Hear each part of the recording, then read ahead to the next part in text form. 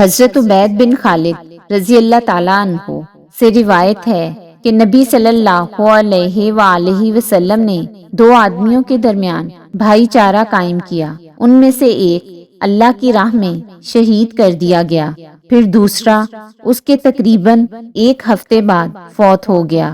صحابہ رضی اللہ تعالیٰ عنہ نے اس کی نماز جنازہ پڑھی تو نبی صلی اللہ علیہ وآلہ وسلم نے فرمایا، تم نے اس کے لیے کیا دعا کی؟ انہوں نے عرض کیا، ہم نے اللہ سے دعا کی کہ وہ اس کی مغفرت فرمائے، اس پر رحم فرمائے اور اسے اس کے ساتھی سے ملائے۔ نبی صلی اللہ علیہ وآلہ وسلم نے فرمایا، اس کی وہ نمازیں جو اس نے اس کی نمازوں کے بعد پڑھیں وہ کہاں گئیں، اور اس نے اس کے بعد جو عمل کیے وہ کہاں گئے؟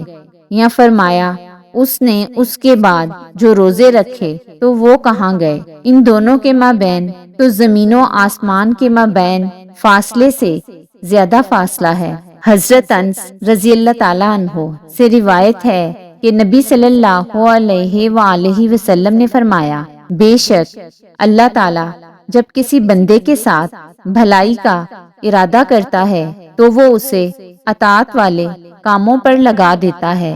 عرض کیا گیا، اللہ کے رسول، وہ اسے کس طرح کام پر لگاتا ہے؟ فرمایا، موت سے پہلے اسے صالحہ عمل کرنے کی توفیق عطا فرما دیتا ہے۔